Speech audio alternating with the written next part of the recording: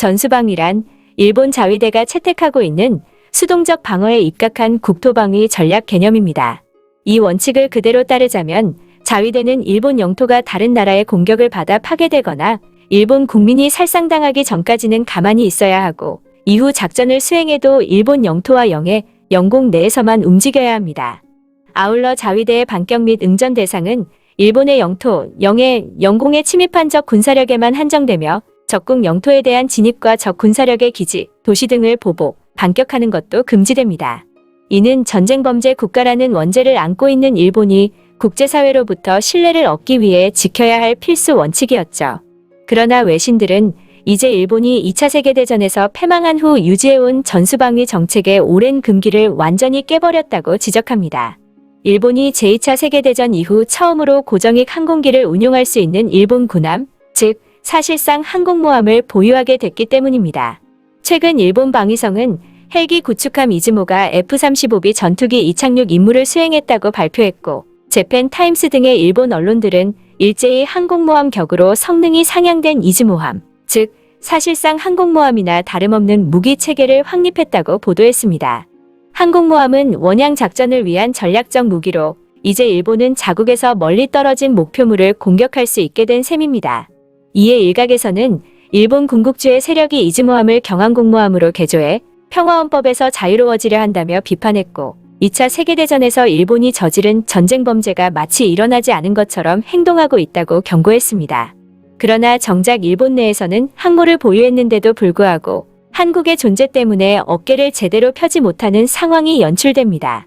한국군이 게임 체인저로 불릴 만한 괴물 무기들을 연신 공개하고 있는 형국에서 무엇을 더 만들고 있는지 절대로 알리지 않는 한국군의 극비밀주의가 일본을 두렵게 하고 있기 때문입니다. 오죽하면 일본은 한국은 가장 폐쇄적인 국가인 북한보다 더 많은 걸 숨기고 있다라는 식으로 한국이 국제사회의 룰을 지키지 않는다고 비판하고 있는데요. 실제로 한국이 일본의 항공모함을 단번에 파괴할 수 있는 신무기 체계를 쥐락펴락하고 있다는 것이 알려지자 일본은 초비상이 걸렸습니다. 자세히 알아보겠습니다. 한국은 정보 공개 분야에서 선진국 수준에 근접했다는 평가를 듣지만 한국군 당국은 무기 분야 정보를 잘 공개하지 않는 걸로 유명합니다. 북한의 경우에는 핵보유국으로 인정받고 무기 개발을 정치적으로 이용하기 위해 우리는 이 정도로 강하다고 열심히 생색내고 홍보하지만 한국은 상반된 행보를 보이고 있는 것이죠. 그렇기에 한국군이 지난달 15일 잠수함 발사 탄도미사일인 SLBM, 국산 전투기 KF-21에 탑재되는 향상된 성능의 공대지 미사일, 탄두 중량을 획기적으로 증대한 고위력 탄도미사일, 초음속 순항미사일 등 각종 무기 개발 성과를 일제히 공개했을 때 굉장히 이례적이라는 평가를 받았습니다. 그간 군은 기밀이 누출될 수 있다면서 신무기의 각종 정보를 함구해왔고 사진과 영상을 유출한 사례도 별로 없었는데 이번엔 일련의 정보들을 공개했기 때문입니다. 한국군이 이토록 철저한 비밀주의로 가고 있는 이유는 무엇일까요? 우리는 그 이유를 완전히 달라진 한국의 자주국방 개념에서 유추해 볼 수 있습니다.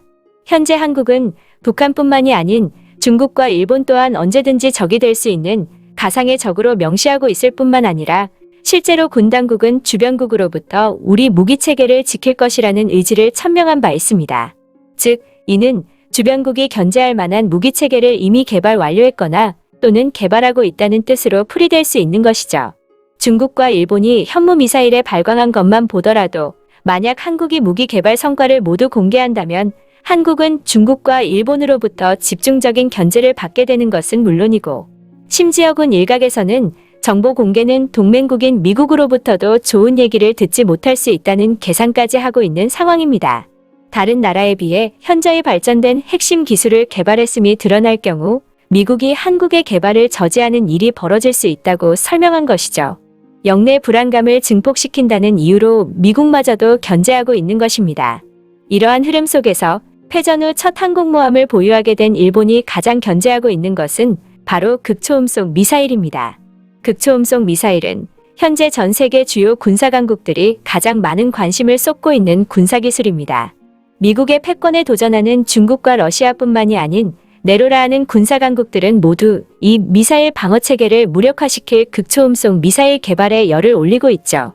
극초음속 미사일은 통상적으로 고도에서 마하 5 이상의 속도로 비행하는 미사일을 뜻하며 기존 방어 체계로 요격하는 것이 거의 불가능하다고 평가받기에 게임 체인저로 불립니다.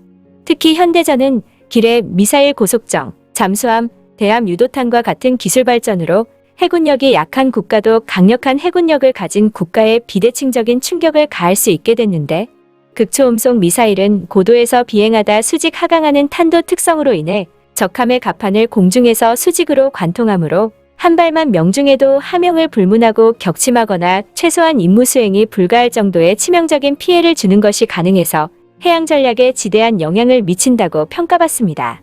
함선이 극초음속 미사일에 피격되면 선체는 괴멸적인 피해가 발생하고 함선의 손상을 복구하여 전투를 지속하거나 모항으로 복귀할 수 있도록 해주는 능력을 상실하기 때문에 군 전문가들 사이에서는 항공모함 킬러라고 불리기도 하는 것이죠. 게임 체인저 확보에 주력하고 있는 한국군 역시 국방부 장관이 나서 극초음속 미사일 개발을 공개 천명한 바 있습니다. 국방과학연구소 창설 50주년 기념식에 참석한 당시 정경두 전 국방부 장관은 우리 군은 전쟁을 억제하고 유사시 전장의 우위를 확보할 수 있는 세계 최고 수준의 정밀 타격 능력을 보유하고 있다며 한국군의 위용을 드러냈는데요. 이어 전장의 패러다임을 전환할 수 있는 새로운 무기체계 연구개발에 매진해 4차 산업혁명 시대를 선도하는 첨단 국방과학기술 역량을 갖추겠다며 극초음속 미사일 기술 개발을 가속해 미사일 전력을 고도화시킬 것이라고 말했습니다. 이는 현재 동아시아가 세계 최악의 화약고로 불리는 만큼 동아시아의 안보가 엄중해지는 상황에서 어떤 위협이 있더라도 한국은 대응 능력을 갖출 것이라는 의지를 분명히 보여준 것이었죠. 당시 극초음속 미사일 기술을 개발하고 있다는 사실을 그것도 국방부 장관이 공개적으로 언급한 것은 상당히 이례적이었다는 관측이 있었으며 디펜허브 해외 군사 웹진에서는 정경두 전 국방부 장관이 극초음속 미사일 개발에 착수했다는 식으로 말한 것이 아니라 서두르겠다고 말한 것은 이미 한국에서 극초음속 미사일 개발 진행 과정이 상당히 발전되어 있는 것이 아니냐는 추측을 하기도 했습니다. 고삐 풀린 한국군의 무기 개발 속도와 핵 빼고 다 만들고 있는 동향에 입각하면 충분히 이미 개발을 완료해놓고 적절한 공개 시기를 기다리고 있을 가능성을 배제할 수 없었던 것이죠.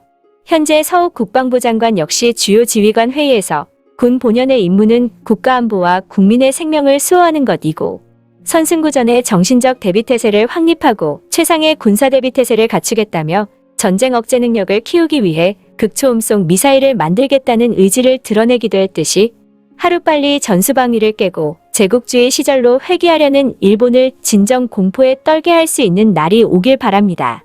여기까지 시청해주신 시청자분들께 진심으로 감사하다는 말씀드립니다. 다음에 뵙겠습니다.